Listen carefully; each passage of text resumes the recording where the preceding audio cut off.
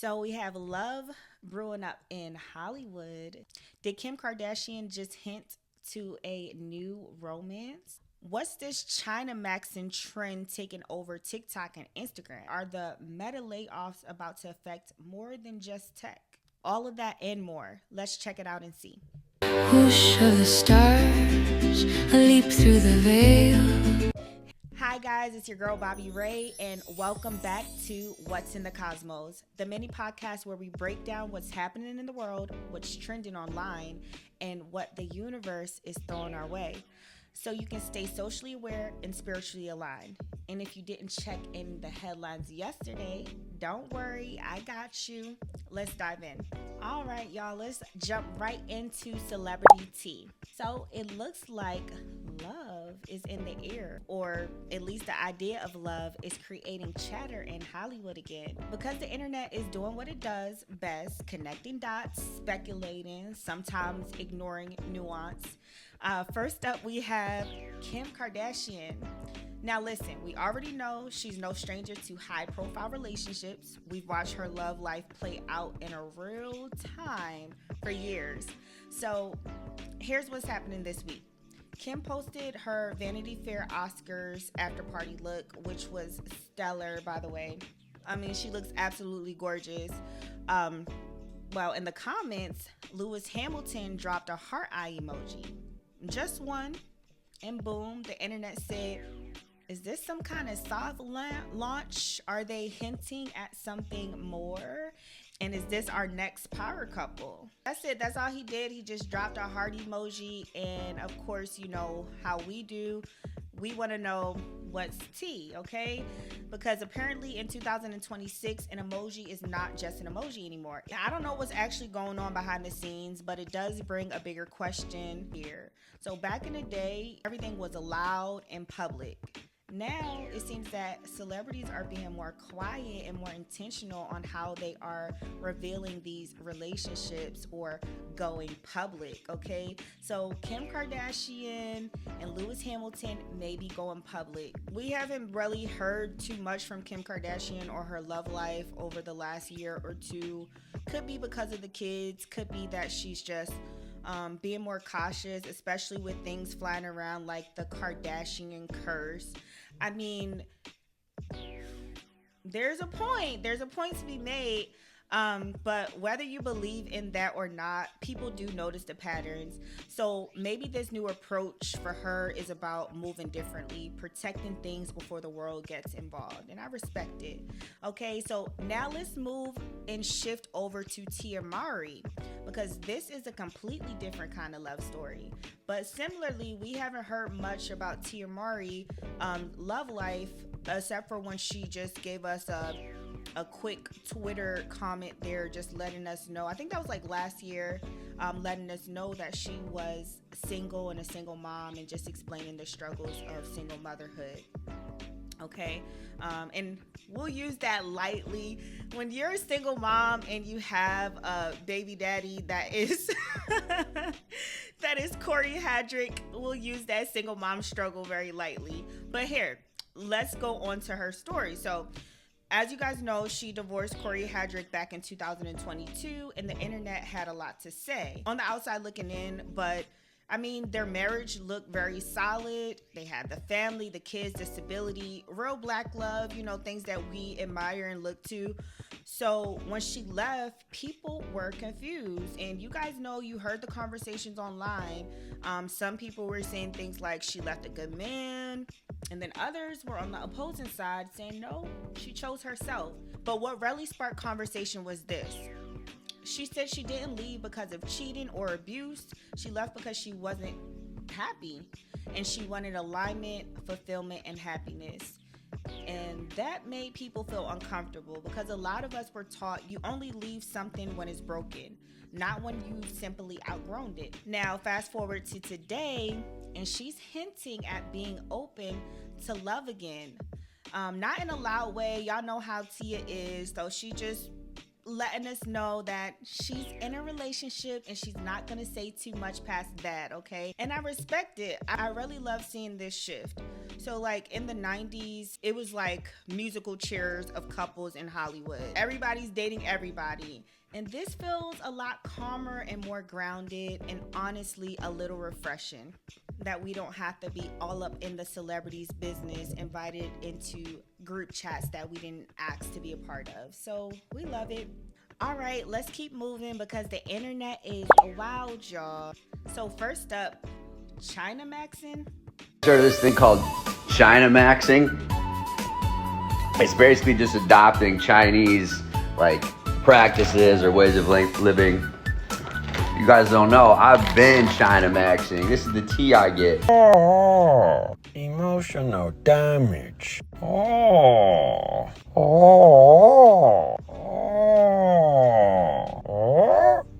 Now, if you've been online, you've probably seen it everywhere. This trend is all about people adapting traditional Chinese wellness habits, hot water routines, longevity exercises, slower, more intentional ways of living. What's interesting is that this is not just aesthetic. People are looking for depth.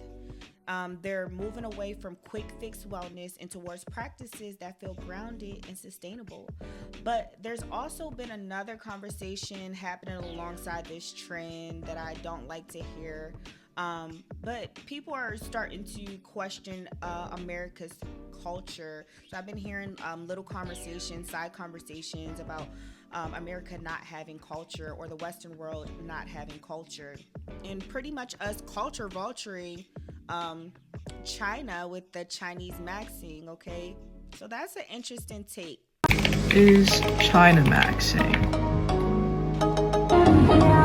I'm in such a Chinese time in my life because I'm drinking hot water. Get it? Yeah. Oh, remember these? Oh. Throwback. How do you know what that is? Stop it. Ni howdy. White Maxes. I got some unseasoned chicken breast. I got my shoes on. I'm in your house, and I'm.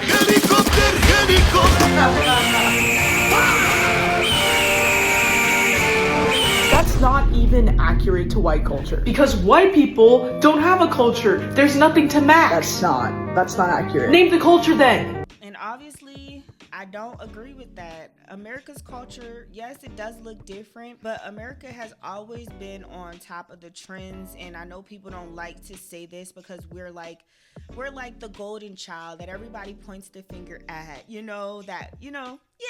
But anyway, I'll digress from there. We don't want the conversation to get weird, okay? American culture just looks different. It's built on influence, innovation, and elevation. Music, fashion, language, a lot of global culture is shaped right here. But what people are really craving right now is connection to something deeper, to something intentional, something that lasts. So instead of comparing cultures, maybe the beauty of the internet is that we get to exchange them and learn from each other and grow from each other. Because wellness isn't something you max out for aesthetics. It's something you build a relationship with. And if the internet is in its soft girl era, then maybe this is really about learning how to soften into your health, not just optimize it. Now, let's talk about hashtag Spring Break 2026. So in addition to maxing, China maxing, another hashtag that has been trending right now is Spring Break 2026.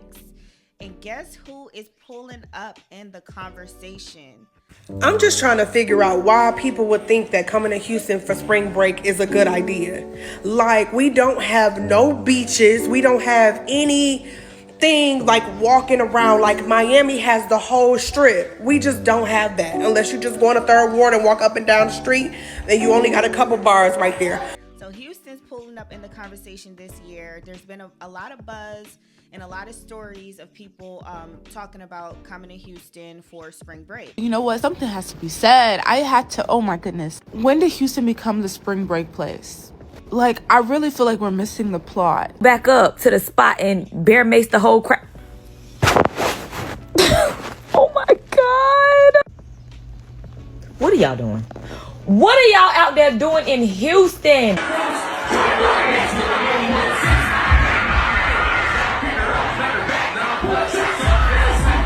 I'm right here in Houston, guys, and I'm not seeing too many of the receipts, but I have heard some chatter online. By that chatter alone, you can see how things quickly spread online, even without the full context. Yeah, Houston is a thing. People are stopping here for spring break, and guys, let's see how this unfolds. We still have a couple more weeks of spring break.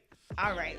So now, speaking of viral moments, remember the kiss cam situation? Either they're having an affair or it's very shy.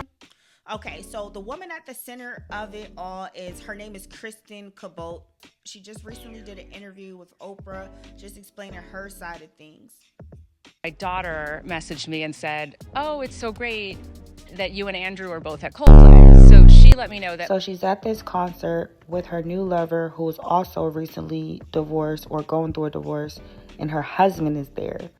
She made it clear that she was not having an affair, and all That's parties probably a couple days in when the death threats started. Were you afraid? Yeah. Without knowing the full story, this lady was harassed, and sadly by other women. People coming up to him? No, not at all. Him attacking his children? No. I'm heartbroken at how women are treating other women. And moments like this is a reminder that the internet will form an opinion before it ever hears the full story. And it does raise a real question. What happened to the girls supporting girls? Like, where are all the real girls at? Why is it that women are often held to these impossible standards while men in the same situation can walk away untouched? Well, I'm pretty sure if we find out the answer of that, we can probably end all the gender wars. But really, does she deserve all of that backlash, or are we moving more quickly without hearing the full story? I don't know. If we knew the story, would the results have been any different? Not sure. Okay, now on a lighter note, we got some wholesome viral moment too.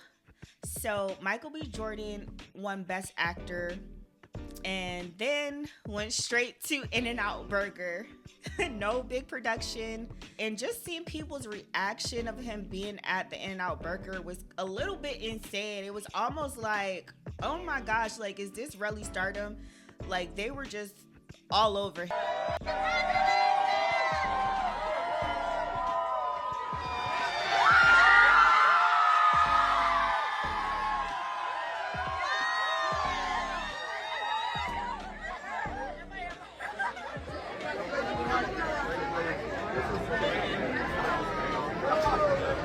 Congrats, Michael. I loved it.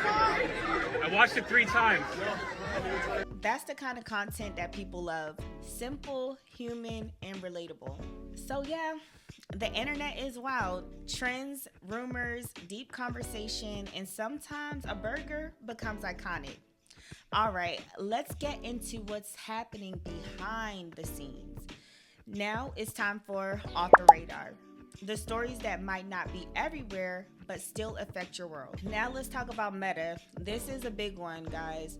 So Meta, the company behind Facebook, Instagram, and WhatsApp, is reportedly planning major layoffs. We're talking about thousands of jobs, over 20% of their global workforce, which comes out to about 1,500 people are going to be impacted by these job layoffs. And even if you're not in tech, this still matters, because when companies like this start cutting jobs, it doesn't stay in one industry, it spreads. People lose high-paying jobs, which affects how they spend, where they live, and how the economy moves overall. It also changes how people see stable careers, because tech used to feel like that safe option. Now that is shifting. Bigger picture behind this, a lot of this is happening because companies are investing heavily in AI. So jobs aren't disappearing, they're evolving, which means people across all industries are going to have to adapt, learn new skills, and stay ahead of where things are going. So this is not just tech news, honestly a preview of future of work. We kind of talked about that yesterday. because people are moving more towards entrepreneurship. I just wonder what that means for the rest of the economy. All right, calling on my spiritual girlies, gurus, cosmic thinkers. Let's talk about the energy of today, March 18th, 2026. First up, Venus square Jupiter. Now this explains some things about all that love sparking up in Hollywood. This energy is around expansion in love, desire, and connection, but also the tendency to go too far, too fast. It's giving, this feels good, but is it grounded? That ties us right into what we talked about earlier, relationships being felt out and not rushed. All right, so next up, we have a new moon in Pisces tonight. This is deep, emotional, intuitive energy, a time to rest, reflect, and plant new intentions. So Pisces is reminding you to be cautious. Feel first before you define anything. And we're still in Mercury retrograde, so even more reason to be cautious because communication is very layered right now. Things aren't always direct as they are unfolding. So what all this energy means for you and what I want you to pay attention to: feel before you commit, see intention before you react, check in with yourself before you go public, and let your emotions settle before making big moves. So that's what's happening today, from celebrity love to viral trends to global shifts and the energy in the sky. So as always, stay socially aware, stay grounded, and most importantly, stay aligned. Because when you understand the energy, you can always learn how to alchemize it. And that's what's happening in the cosmos.